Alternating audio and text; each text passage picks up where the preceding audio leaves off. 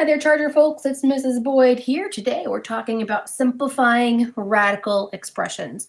As it says here, a radical expression can be simplified when the radicand can be rewritten as the product of a square root and a non-square expression. All right, let's get a few things square here. This is a radical, the symbol itself. The radicand is what's ever underneath the radical. So radical is the shape. Radicand is the underneath of the square root.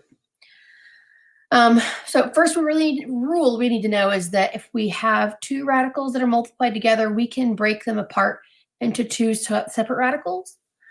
And the opposite is true. If they're multiplied together and they're both under the square root or the radical of any kind, then we can put them together or multiply them together. All right, let's practice some simplification. What I like to do when I simplify radicals like this is split my value in the radical, that is the radicand, up into all of its parts. So to get 12, I can do 6 times 2. Well, 6 is really 3 times 2. So that's 3 times 2 times 2 is 12. Anytime there's a pair, that comes out front once, and anything left that's not a pair goes back under the radical. So 2 square root of 3 is the same as the square root of 12. Let's do it again. 27, that's 9 times 3, and 9 is 3 times 3. Got a pair of 3s, so that goes out front, and 1 3 remaining goes under the radical. 50, we can do 10 times 5. Well, 10 is 5 times 2 times 5. We get a pair of 5s that goes out front, and the 2 goes under the radical. Try the next couple on your own if you haven't yet. 32 is 8 times 4. Well, 8 is 4 times 2. I know I could split my 4s up into 2 times 2, but there's no reason because that's a pair, and it goes out front. I can't split 2 up, so it goes underneath the radical. 80 is 8 times 10. 8's 4 times 2. And 10 is 5 times 2. Well, 4 is 2 times 2 times 2 times 5 times 2. So I've got 2 pairs of 2s. 2 times 2 is 4. That goes out front. Square root of 5 goes underneath. 200, that's 100 times 2, or 10 times 10 times 2. That pair of 10s goes out front, and the 2 goes underneath. 175, that's 25 times 7. Well, 25 is 5 times 5 times 7. 5 goes out front, 7 goes underneath. 1200, that is 6 times 200. 6 is 3 times 2. 200 is 2 times 100, which we know is 10 times 10. I've got a pair of 2s and a pair of 10s. So 2 times 10 is 20. And the square root of 3 goes underneath. 675 is 225 times 3.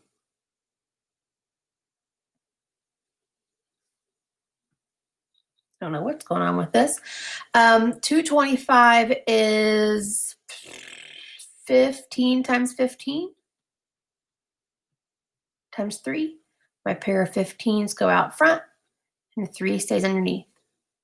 Last one, 288 is 144 times 2. 144 is 12 times 12 times 2. That pair of 12s goes out front, and 2 stays underneath. All right, let's do the same thing with variables. Steps here: divide any even exponent by 2, break apart any odd exponent by separating one base. All right, if we have a even exponent, it should, let's just do it this way. Here we go. We've got x squared, that means there's 2 x's. That means there's a pair of x's. So all we have for the final answer is x. We're not messing with the absolute value bars. X to the third, x, x, x. There's 3 x's. That means there's 1 and 1 all by itself. Oh, don't know what happened there. 1 pair of x's and 1 all by itself goes back underneath. X to the fourth, that means there's 4 x's. 1, 2 pairs.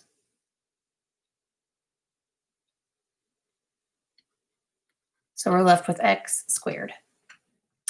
You might notice a pattern. I can divide, what I'm going to do is divide the exponent by 2. So 5 divided by, that's not right. Forget I said it.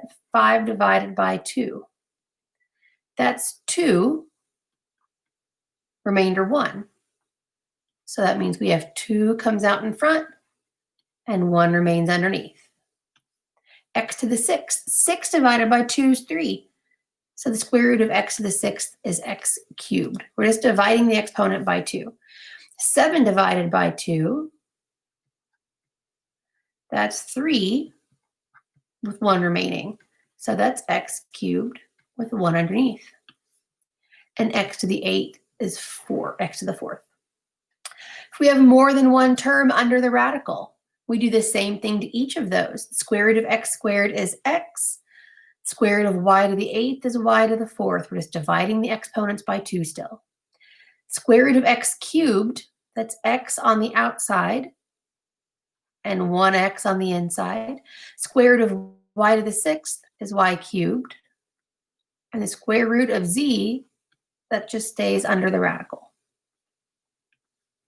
Square root of x is the square root of x still. Square root of y to the 9th is y to the 4th. And 1y underneath. X to the 4th, square root of x to the 4th is x squared. Square root of x, y to the 5th is y squared with 1y still under the radical. This one, we've got x underneath, y squared out front, and 1z underneath. Last but not least, x cubed y squared with 1x and 1y. All right, that's all for that part. Let's scoot over here and do a little more when we're multiplying terms together. So we've got 2 radicals that are multiplied together.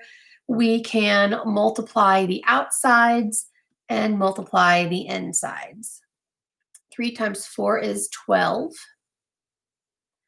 And 10 times 2 is a square root of 20 under the square root. Well, now I can simplify the square root of 20. That's 4 times 5, or 2 times 2 times 5. So the 2 comes out front, 5 stays underneath, but we can't forget we're multiplying by 12 as well. So our final answer will be 24 square root of 5. Let's do it again. Negative 8 times 3 is negative 24. And 6 times 3 is 18 under the radical. Well, that's 9 times 2, or 3 times 3 times 2. That's 3 out front, square root of 2 underneath. We're going to take that times negative 24. That means we've got negative, just kidding, negative 72 square root of 2. Try this one on your own if you haven't. Negative 9 times negative 3 is positive 27. Square root of 5 times 7, square root of 35. I cannot simplify the square root of 35, so that's the final answer. All right, if we want to do the same thing with variables and terms, it's just we put all the things we know together. We have 40, well, that's 4 times 10, or 2 times 2 times 5 times 2. So that's 2 square root of 10. A squared is going to simplify to just a, and b to the 8th will be b to the 4th. We put all these together, and we get 2a b to the 4th square root of 10. Let me write a little bit more explicitly this time. I'm thinking of this in parts, and then I just put the parts back together. Square root of 18, that's 9 times 2, or 3 times 3 times 2. That's 3 square root of 2. X cubed is going to be x times the square root of x, and y to the 4th is just y squared. I put all these parts together, and I get 3x y squared times the square root of 2x. Let's do another one. I'll write it the same way. I hope it makes some sense to you. We've got the square root of 90, the square root of a squared, and the square root of b. Well, the square root of 90 is 9 times 10, or 3 times 3 times 5 times 2. Well, that's 3 square root of 10 for that part.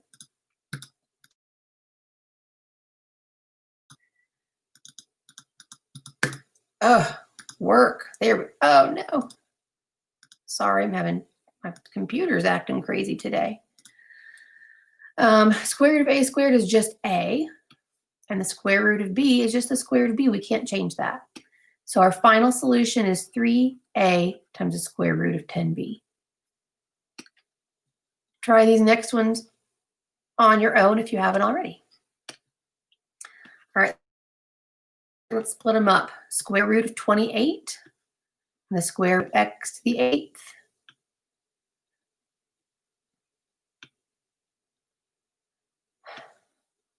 That's x to the 8th if my computer could keep up. And then the square root of y to the 9th. Square root of 28, that's 7 times 4, or 7 times 2 times 2. So it's 2 square root of 7. X to the 8th is the same as x to the 4th. Square root of y to the 9th is y to the 4th times the square root of y. We put all these parts together, and we get 2x to the 4th y times the square root of 7y. Oh, I forgot the 4th on the y. Let's do it again. Oh, now we're going to multiply together. Let's multiply these parts, and we'll split them up. I'm going to split and write at the same time. Okay. Got the square root of 20. And then the square root of x to the 4th. We add the exponents, don't forget. And then the square root of y to the 5th. Square root of 20 is 5 times 4, or 5 times 2 times 2. It's 2 square root of 5. X to the 4th is x squared. And then the square root of y to the 5th is y squared, square root of y. Put these parts all together, and we've got 2x squared y squared times the square root of 5y. Next one, square root of 50, and then square root of a to the 6th, and square root of b to the 11th. Square root of 50 is 25 times 2. That's 5 times 5 times 2, or 5 square root of 2. Square root of a to the 6th is a cubed. Square root of b to the 11th is b to the 5th times the square root of b. Put all our parts together, and we get 5a to the 3rd, b to the 5th times the square root of 2b. All right, now we're going to multiply and then simplify. 6 times 20, that'll be the square root of 120. x to the 4th times x to the 10th is going to be x to the 14th. And then we have y to the 4th times y to the 5th is y to the 9th. 120 is going to be 6 times 20. That's 3 times 2 times 5 times 2 times 2. Got a pair of 2's, so that's 2 square root of 30.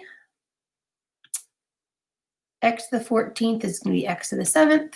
Square root of y to the 9th will be y to the 4th times the square root of y.